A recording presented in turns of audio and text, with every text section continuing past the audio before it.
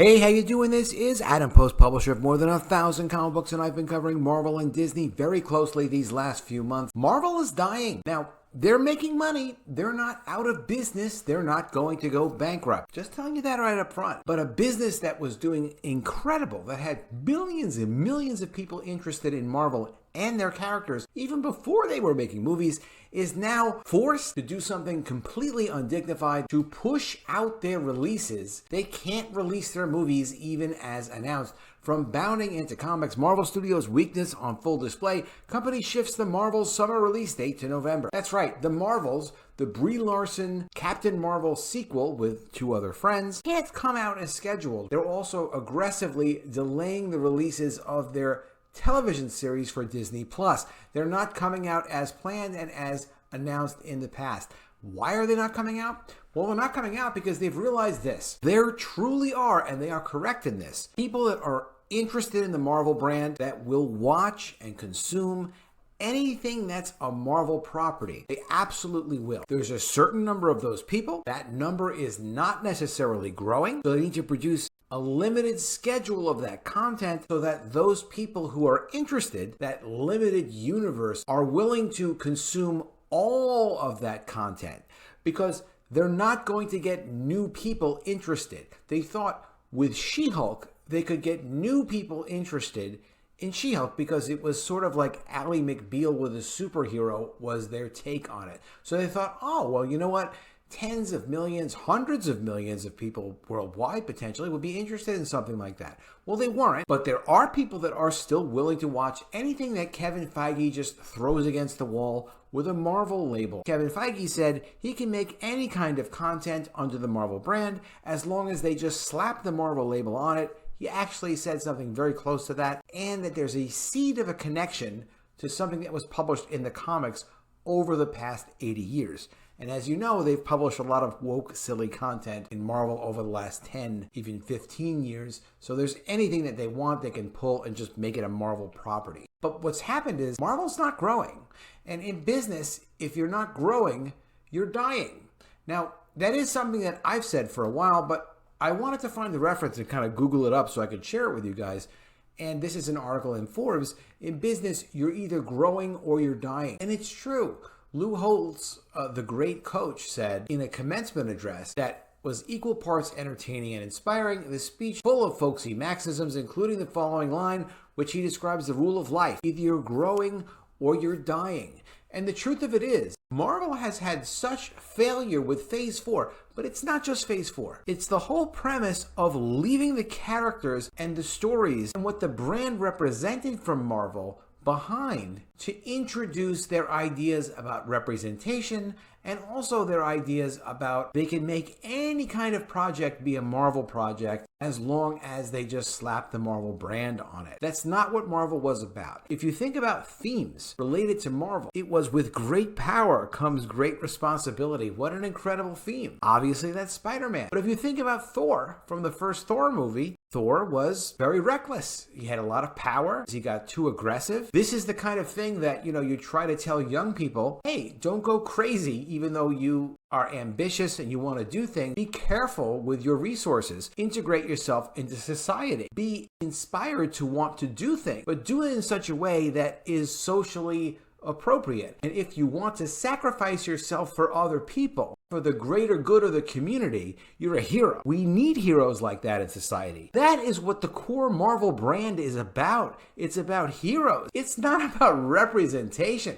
Look at this for representation. Again, from the great bounding into comics, Marvel Studios' Guardians of the Galaxy 3 accused of pushing transgender ideology by making Karen Gillian's Nebula look like a man. How is this supposed to be financially successful for Disney? If you own Disney stock, and some of the people that listen to these videos I know do own Disney stock, is this what you put money into Disney for? To try to see if they can help promote transgender ideology and whatever? That's a great ideology. Maybe it's not a great ideology.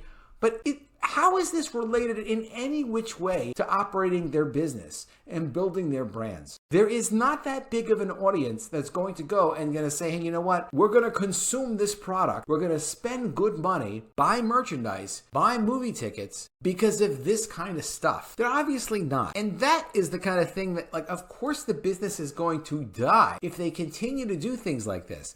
Now, with respect to the business dying, Ant-Man and the Wasp: Quantumania just came out this weekend. How is it doing? Well, I mean, this is from Box Office Mojo. This is current for right this moment. $63 million domestically, $52 million internationally. Although with international, the number could be even larger because usually your entire international market is not launched on the same weekend when a movie comes out. So the numbers aren't terrible. The domestic numbers are fairly good. The international, okay, that's fine. This movie might make a profit. It's fine. But they've lost their momentum. They've lost their excitement. It does mean that they need to push off their releases so their releases are infrequent enough that it becomes an event every time they put something out. Now let's look at this first article. Before we do, please be sure you are subscribed to the channel. Click the bell for notifications. Give me a thumbs up. Really appreciate you guys. From Bounding into Comics, Marvel Studios. Weakness on full display. Company shifts the Marvel summer release date to November. Marvel Studios' box office grosses are in decline while their production budgets have ballooned, with the cause apparent to anyone. Poor quality resulting from the promotion of evil woke ideology and identity politics. While Marvel Studios and Disney executives claim diversity is their strength and they will double down on the woke ideology at every turn, the company is fleeing a summer release for their Captain Marvel sequel, The Marvels. The company announced via Twitter that the film would move from its previously scheduled date of July 28th to November 10th, 2023. They tweeted, higher, further, faster, together. Check out the brand new teaser posted for Marvel Studios' The Marvels, coming to theaters November 10th. I mean, there's the poster. There's really nothing exceptional about it. The film was originally slated to release on November 11th, 2022, with Marvel announcing that release date back in May 2021. The company tweeted, take to the stars with Marvel Studios, The Marvels, hitting theaters in November 2022. However, the film would be moved to July 28th during Disney's D23 Expo 2022. An official Marvel blog post summarizing the film's presentation at the event stated, fans were also given a special look at scenes from the new movie, which opens in theaters on July 28th, 2023. Now, let me tell you something. If I was responsible for this content, well, I would never be responsible for this content. But if I was trying to figure out how to release this, and we were trying to get like, okay, we don't want to blow the brand. We want to still maintain that there's interest in the content. I absolutely would do the same thing that they're doing in terms of delaying it. They're making the right business move to try to delay the content because the longer they delay it and stretch out between other content releases, the more opportunity they have for that core group of people that are just, they don't care. They're willing to watch a bad Marvel movie or a bad Marvel show. If it says Marvel and it's part of the overall story, part of the continuity, part of the brand, I would do the same thing. But they obviously realized that overwhelming people with these releases was not going to work. They need to reduce the release schedule to whatever people would consume passively. People will not be lined up to see the Marvels. The move comes after Marvel Studios president Kevin Feige recently attempted to hype up the film by claiming that Kamala Khan was actually stealing the show. Feige told Entertainment Weekly, I'm very proud of the Ms. Marvel show. I also know, and this is a spoiler, she essentially steals the Marvels, which is coming out July 28th. Not only did he try to hype the film by promoting Ms. Marvel, he also revealed that Ms. Marvel's show is not doing well on Disney+. He stated, it makes me excited that people will, I hope, see that movie and then go back and revisit these shows on Disney+.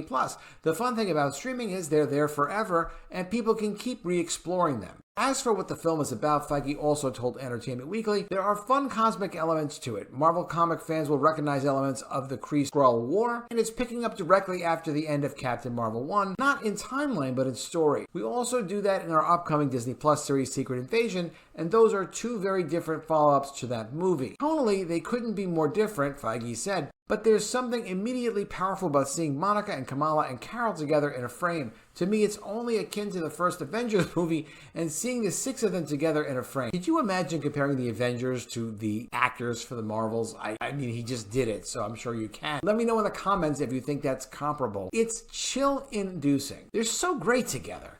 and they all have different histories with one another. The great thing about Kamala and her show and now in this movie is that she's not unlike Tom Holland's Peter Parker in Civil War. She can't believe she's with these other heroes, and she can't believe that she finds herself in these places, and that's fun because we want to be that. I want to be that, he concluded. This release date also comes after Disney CEO Bob Iger indicated the company needs to do a better job at curating its content, specifically naming Marvel and Star Wars, indicating he might actually be aware that the production studio's quality has significantly declined. Iger stated, additionally, we're going to lean more into our franchises, our core franchises, our brands.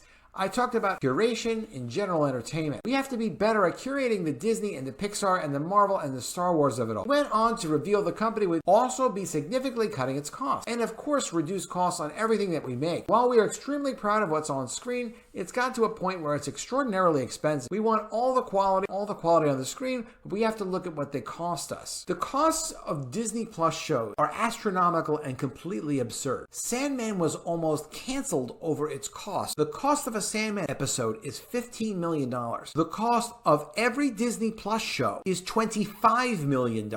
How is that even possible? Something is extremely wrong with that. And I have a theory, and you'll be seeing future videos on it. While Iger indicated they are going to try and cut costs, film critic Tom Connors, host of The Midnight's Edge, great channel, speculated the reason for the change in release date could be reshoots. Absolutely could be. Interestingly, the move away from July 28th could be Disney fears that the Marvels won't be able to compete with the Christopher Nolan's Oppenheimer and the Barbie movie, which both come out July 21st. Teenage Mutant Ninja Turtles Mutant Mayhem also arrives on August 4th. Realistically, as Wakanda Forever proved, any Marvel movie will be watched by a very large number of people. It doesn't have to be good. It doesn't have to be in continuity or something particularly interesting. It just has to be a Marvel movie with typical Marvel stuff in it. People will watch. Any Marvel movie should do anywhere from $700 million to $900 million, maybe even more worldwide. They just need to not make too many at the same time. And if they're careful about their release schedule, they should be able to capture that $700 million, $900 million of box office, which puts them in a safe place financially. That's really, for me, I look at this as a business because they don't plan on improving their content really anytime soon, even though they may be forced to, but right now there's no plan to. That's what I think is going on with pushing the date back. But let me know what you think in the comments below. Would love to see what you guys think. Disney didn't completely abandon the date. They did move Haunted Mansion to July 28th, which seemingly indicates it has more to do with the quality of the Marvels than competition. The film will still face stiff competition in November. Dune Part 2 arrives November 3rd, and The Hunger Games, The Ballad of Songbirds and Snakes debuts November 17th. Let me know what you think in the comments below. Why would they delay this movie? Is it because they do know they have some Marvel people that will watch whatever product they put out, but there's a finite amount of people and there's a finite amount of product they can put out to match up with those people? Unfortunately, that seems to be what it is, but let me know what you think in the comments below. Always interested in seeing what you guys have to say. Really appreciate you guys. Please be sure you are subscribed to the channel. Click the bell for notifications. Give me a thumbs up, and I'll see you again soon with another video. And if I don't see you, I will miss you.